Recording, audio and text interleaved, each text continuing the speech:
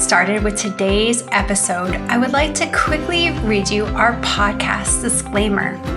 This podcast is for educational purposes only, and it is not to substitute for professional care by a doctor or other qualified medical professional. You should always speak with your physician or other healthcare professionals before doing any fasting, changing your diet in any way, taking or adjusting any medications or supplements, or adopting any treatment plan for a health problem. The use of any other products or services purchased by you as a result of this podcast does not create a healthcare provider-patient relationship between you and any of the experts affiliated with this podcast. Any information and statements regarding dietary supplements have not been evaluated by the Food and Drug Administration and are not intended to diagnose, treat, cure, or prevent any disease. All right, and now we'll get started with today's episode. Welcome back, everyone, to another episode of the Fasting Method podcast. This is Dr. Terri Lance, and I am joined by one of my co-hosts, Dr. Nadia Padawana. Nadia, how are you? I'm good. How are you, Terri? Good. So good to get to see you. I recorded recently an episode by myself, and I know you've been recording by yourself, so it's great to be in here at the same time. I know. I always say that at the beginning of the podcast. I hope I don't depress anyone when I'm like, it's not as much fun when it's just me. You and I were talking as we were getting started today, trying to think about what do people need right now? What are we seeing happen, or what do we know tends to happen this time of year? And we are coming into the home stretch for many of our listeners throughout a holiday season. We have recently passed Canadian Thanksgiving and U.S. Thanksgiving and Halloween, and for many of us, we're heading into some more holidays soon. So you and I were talking about mindset around how to get through this time of year, making the commitments to ourselves, sticking with our plans. And I think you and I could probably talk about this for days and still have more to say about it. But I'm curious to hear from you, Nadia. What have you kind of learned through your own experience and watching in our community and with your clients? What are the most important things that stand out to you at this time of year? No, I totally agree with you that this is a topic that we could talk about forever. And we have talked about it. We were joking that we've talked about this so many times, but I'm a big fan of repetition. I'm going to keep saying that because I think it's key. I think that there's quite a few things that we're going to have to talk about today again. But what most stands out to me is that as a coach, right? You and I are both health coaches. And so as a coach, I think the most frustrating thing is looking at people that are trying to commit. That sounds like an oxymoron, right? Because you either try or you do it, right? We've talked about this before, but that have committed. For example, September, a couple of months ago, we came back from the summer. I had my coaching call. September was a great month because it was so easy to get. I always say it's a great time of the year. It's like physiologically and mentally we're ready. It's a change of season. We're ready. So it's such a great time in September to get people to commit. And we actually in our community created this little group that turned out to be a pretty large group of people that committed to a 100-day of ADF, alternate day challenge, which basically went from September till the end of the year. And people were just on a roll, throughout the month, even throughout October, there was still some activity in there. Then the holidays start to hit, right? And so remember that we've said this many times so as to not confuse people. Remember that if you are committing to a therapeutic journey, right, which you and I, Terri and Megan, and our other coaches, we work with people that have serious health concerns, right? And they're looking for help, right? Therapeutic help, healing help. So they come to us either within the community or in our coaching, one-on-one sessions or group sessions, and they're looking to reverse serious health concerns. They've tried every diet, they've tried the pills, they've tried, every medicine out there, and it hasn't worked. So they found fasting. And even just dabbling with fasting, I think most people are like, okay, this is something, there's something here, right? And so because people struggle, anybody would struggle. I struggle going to the gym by myself. I struggle with if I had to do physiotherapy by myself. They look for the professional. So they come in, they find us, and we're like, all right, great. Here's the plan. And most people's therapeutic journey is 3 to 6 months. That's my experience. I had a great call today. A young woman in her early 20s, she had what she thought was complete amenorrhea. I actually want to invite her to the podcast. So complete, no period, right? At 21 or 22 or 23 years old. I mean, that's no bueno, right? Since she was like 12 or 13, she's had like a handful of periods her entire life. Terrible. Great mom. The mom is like, I know what you got to do. Comes into the program, starts working with me. Of course, this is my area of expertise. And I say to her, she's like, complete amenorrhea, don't have a period. I maybe have one a year, not even. So they've diagnosed her with complete amenorrhea. We're certain, myself, the mom, herself, we're certain she's read the PCOS plan, certain that this is related to insulin resistance. Okay, she's like, how long do you think it's going to take? I say, honestly, I always say this, 3 months. I think 3 months of a therapeutic journey. Today I spoke with her. She's like, 3 months. And it's like, gosh, it's not like I have a crystal ball. I don't. But this is what our experience has been.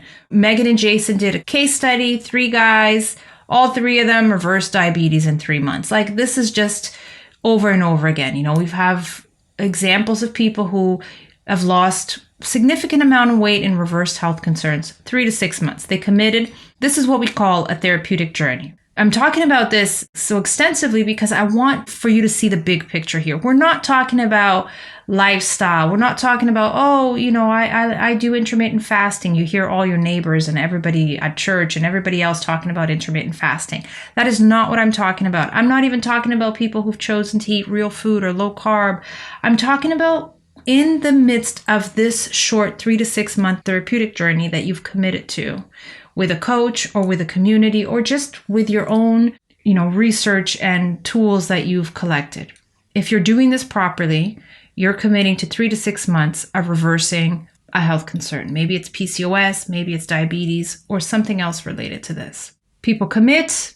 Hopefully they do really well. We talked about this in the last time you and I think it was episode 105, Terry. We talked about why do some people, when desire is not enough, I think it's called, right? So we figured that out. We got to tackle a few steps here. There's a reason why some people manage to work on their limiting beliefs, their confidence, their plan, etc. And they do this, right? But they struggle at certain times of the year. It's not just falling off the horse. It's when they've fallen off the horse and they feel like it's pointless to get back on. Oh, because it was Thanksgiving and I ate poorly and soon it's going to be Christmas. First of all, it feels like it's soon, but there's a big gap between Thanksgiving and Christmas. In fact, I understand when people struggle between Christmas and New Year's because it's so close together. But even there's a big gap that if you're doing a therapeutic journey, you should not ignore. Megan has said this, and I'm going to repeat it because this is how seriously I want people to look at this. If they don't look at this seriously, as you said before, Terry, if there isn't a big value involved in what they're doing here, they're just not going to show up. So there's a big, big value here. So I want you to think about this. People that you know in your life, maybe yourself, have had to deal with cancer and chemotherapy and radiotherapy.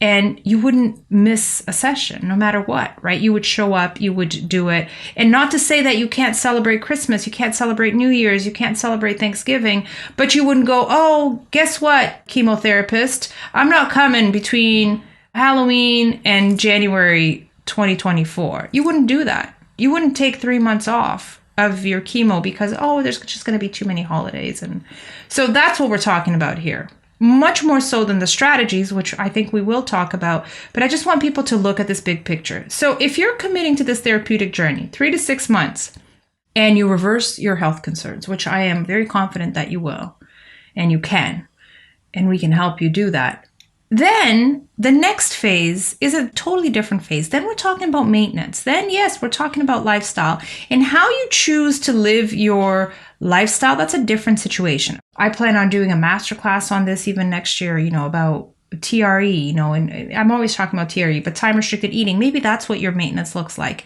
And TRE means exactly that time restricted eating means eating in a, you, Terry, are the one that actually taught me to rephrase this, not in an eating window, but eating meals. And meals include Christmas meals and Thanksgiving meals, Hanukkah meals, and whatever other meal that you celebrate that are important. What you choose to put in that meal, again, is a choice.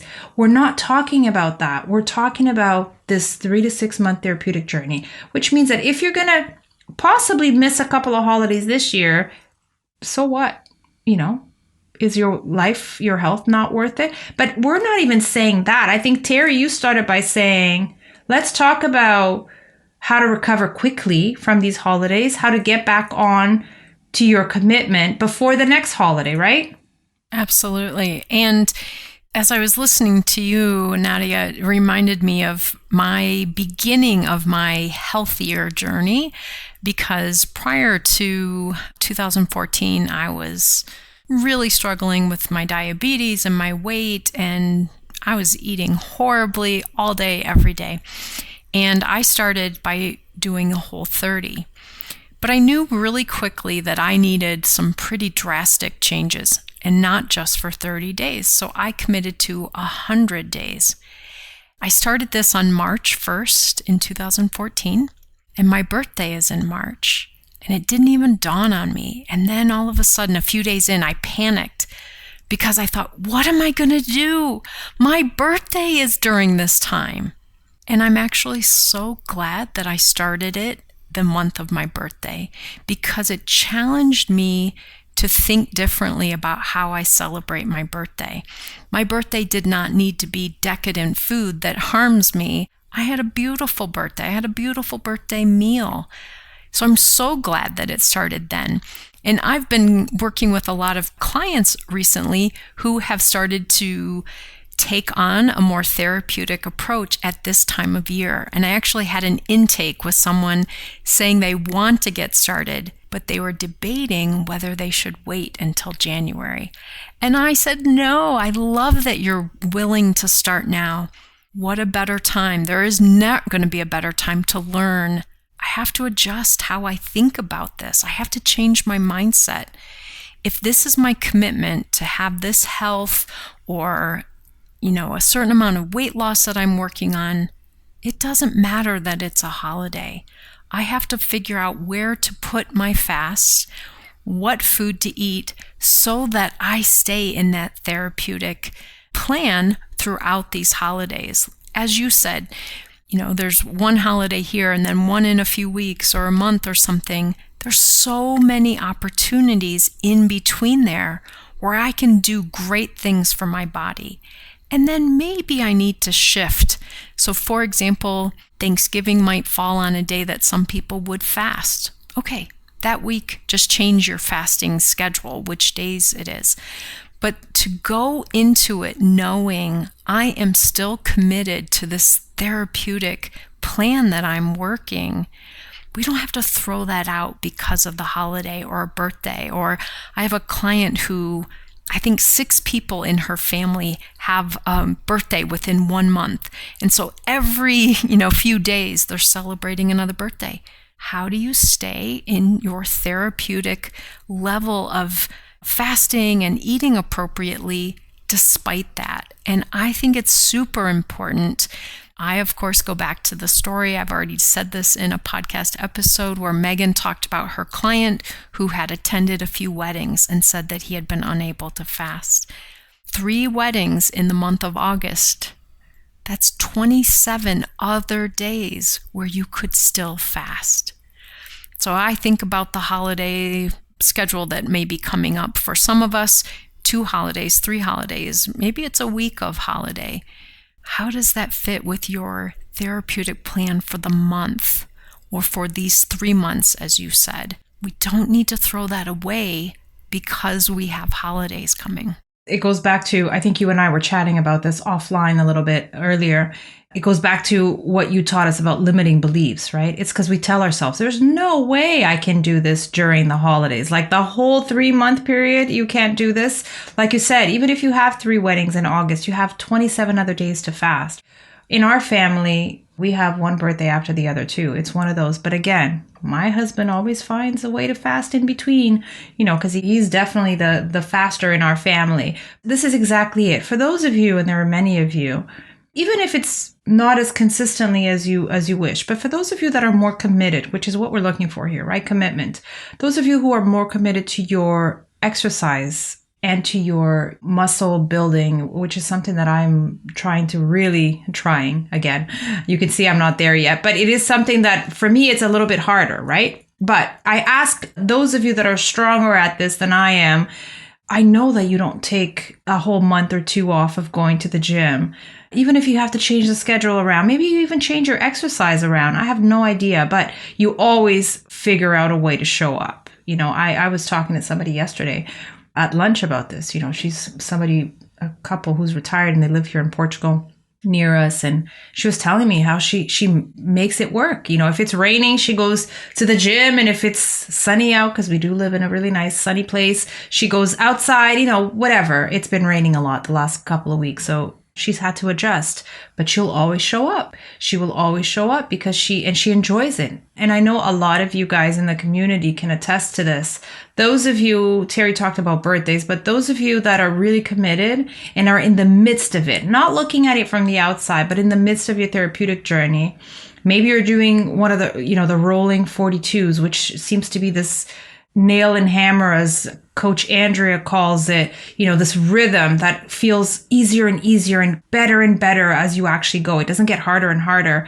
You're looking forward to your fasting days and then you're looking forward to your eating days. I have heard so many people in the community, the ones that are really committed in the midst of it. You can see when somebody's like in the midst of it, talking about gifting themselves a day of fasting on their birthday. Like, wow, mind blowing. They'll never forget that one birthday for sure.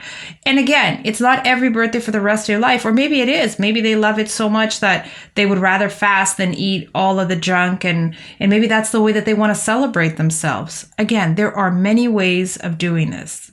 But what we're trying to talk about here, it's a hard conversation. It's, as Terri has often said, we're here to do hard things, but they're worth it. Everything that comes with it is worth it. So how do we do this? How do we tackle these limiting beliefs? Because instead of saying, there's no way I can fast during the holidays, it's okay, how can I fast? This is what Terri talked about last time. How can I fast? How can I change the schedule? How can I make this work? That's what we're trying to do here. How much fasting do I want to get in during this time? And then where can I put it?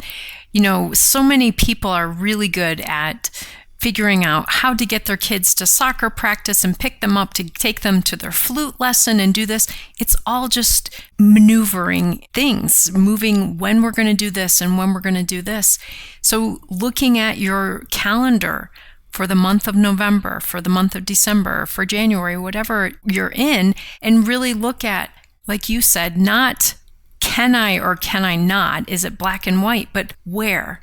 Where do I put those fasts in? How will it work for me? Most of us don't generally have surprise parties coming up during a holiday season. We know we've got this one December 5th. We've got this one December 17th. We've got the family ones on these days. You can plan around those. And I think that's what's really important here is that you start to work on the limiting belief. It's not whether I can or not. It's where will I do that? How will I make it part of my holidays?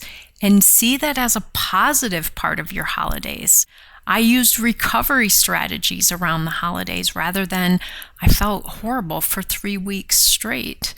But to really just look at where can I put them in? How will I shift things?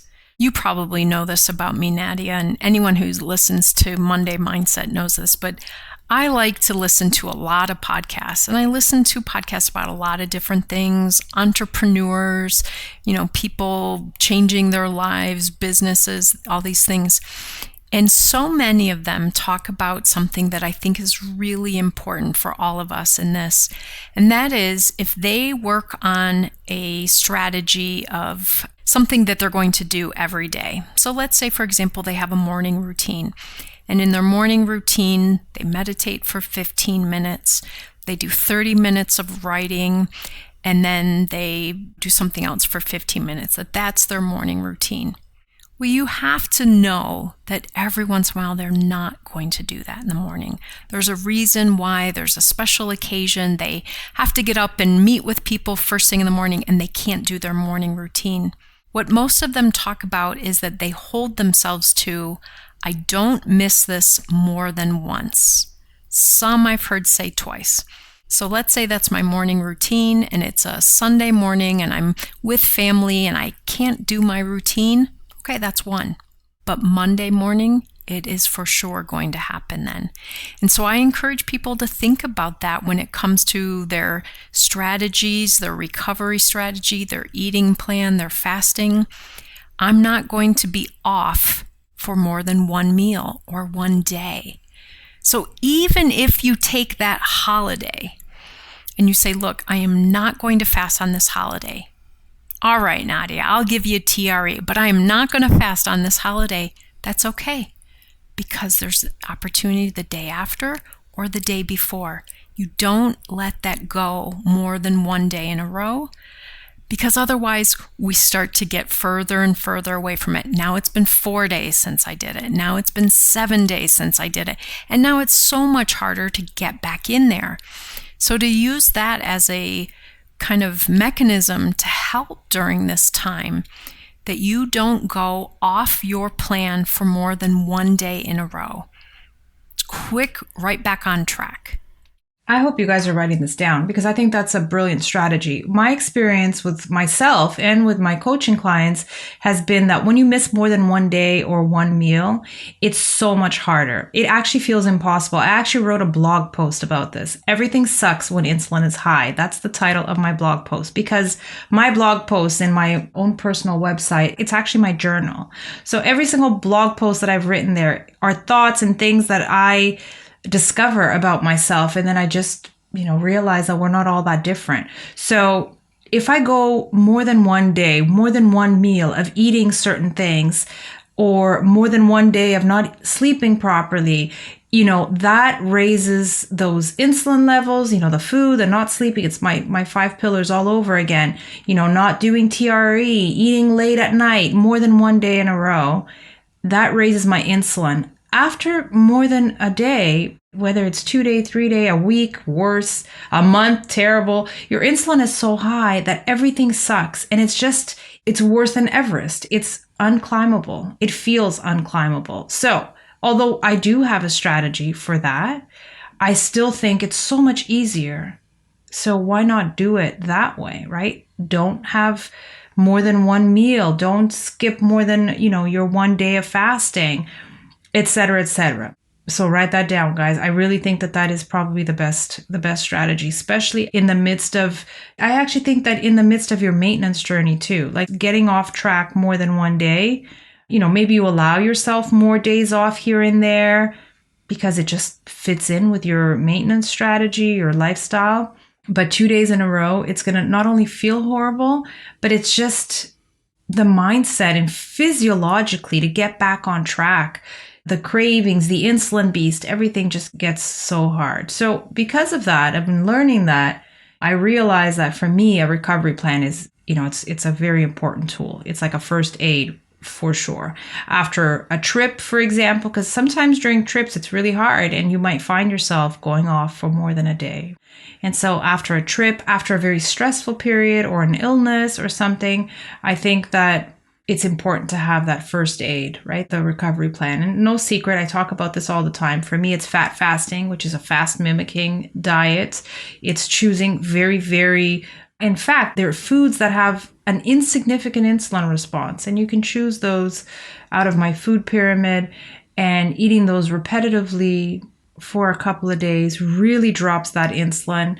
It's a fast mimicking approach because it puts you in that high energy, low insulin mode that people rave about quicker. So again, it's not easy to do a recovery plan because to start that, you have to commit to that and you have to start eating foods that you're probably not craving, right? You're probably craving, especially if you've gone off for a couple of days, your insulin is higher.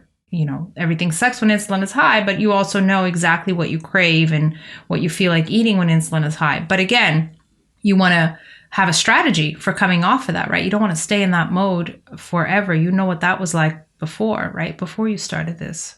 For me, another strategy of recovery is that I look at where am I right now? How off track or how close am I tethered to where my plan was? And then just start narrowing it from there. So let's say, in my mind, I've really fallen off in that I'm not even doing TRE. Like I'm struggling, I'm just eating whatever. How dare you, Terri? I know. It has never. happened That once can or never twice. happen. But then what I look at is, great. So being on track is getting back to just meals. I'm not even going to look at a fasting protocol yet. I'm going to focus on the meals first. I might even stretch to 3 meals a day, even though I'm generally someone who does 2. As I'm recovering, the 3 might be helpful. And then as I get more back on track, I can go 3-2, 3-2. 2-1, 2-1. Now I'm back to 24-hour fast. Maybe I alter my schedule so that I've got a 30-hour going in there. Often what I see people do is when they get off track is they want to jump back on track. And I encourage jump back at the lowest level where you are able to stretch yourself rather than try to jump back into the furthest place on the continuum. So for me, that means refocusing on TRE, number of meals, might even need to be 3 for a day or 2, then 2, then 1, and I just get right back into it. I don't start, if I'm off track, I don't start with a 48-hour fast. It's too challenging, and then I know what happens. I'm going to feel defeated when I struggle. So I find that level where I'll be pushed a little bit without too much struggle, and that way I build back into my momentum. It's so awesome how, even though I love to hear you speak because I learned so much about the mindset and the behavioral side of this, which is definitely not my strength. It's so awesome how in sync our thoughts are because, I've mentioned before that I write these blog posts, right? They're like my journal. And I wrote about that and I call that back to basics. When you're recovering, trying to go back, I call it back to basics because that's exactly what I mean. If you were doing 48-hour fast, and I say this in there, don't skip steps. I'm a big believer in a step-by-step approach. So going back to step 1, which is TRE. And then, is it 3 meals? Great. I'm all for that. And then going to what I call in the fasting schedules, the Start Here program, which is, so step 1 is TRE. Step 2 is the first alternate day pattern, which is the 2 meal, 1 meal. And so going back to basics, I think it was an article that I actually wrote a couple years ago after I had that horrible kidney infection that led to a long hospital stay. And I came out of the hospital just feeling like, and I was calling the doctor and I was totally an out of body experience because I wanted people to explain to me why I was craving, why I couldn't do TRE, why I just wanted to eat pasta. And it was a totally different experience. And I didn't even have the rationale because I was so in it to realize, I was on a drip for over 10 days, a sugar drip. And so my insulin was super high, not to mention the infection and everything else that came with it. But back to basics for me, it was, and back to basics meant exactly that. And then this idea that you can't skip steps, you can't go from that to doing 48-hour fast or whatever it was that I thought I should be doing. Because not only was I not in a great insulin place, my blood sugars were very high. My blood pressure went up again during that hospital stay, and I gained a ton of weight, right? It was a lot of retention from that drip. And I don't know that I was too concerned about the weight. I probably was, to be totally honest, right? Because we tend to focus on that. But looking back now, it was about everything else. I was in such a bad place. So back to basics, recovery plans, putting all of this together. I love that you said that about the 3 meals. I love that you said, and then you go to the 3 meal, 2 meal, and then you go 2 meal, 1 meal. That's exactly how you do it. Well, Nadia, it seems like you and I, again, are on the same page in that, one, really focusing on making that commitment, keep your therapeutic level of fasting going throughout the holidays. If you're into maintenance, keep your maintenance plan going. We talked about figuring out where your fasting is going to fit so that you can keep that going through the holidays. We talked some about the limiting beliefs, working on getting rid of those limiting beliefs that it's not possible for you to do well by your body during these holidays. And then really strategizing if you are off track at all. First of all, trying to keep that limited to one meal or one day. But even if you're a little more off track than that, going back to the basics. So I hope that these are things that people will really keep fresh in their mind during this busy time of year for so many people. That's it. That was great. I really hope that if you need to, guys, you can always play back and listen to this over and over again, right? Because right now you might be in such a good place that you're like, oh, these are really great points, but I don't really need it. Maybe in a couple of weeks, maybe come back and listen to this again, okay? All right, Nadia, it's so good to get to see you again. I hope everyone does well out there. Happy fasting and take good care. Bye, everyone.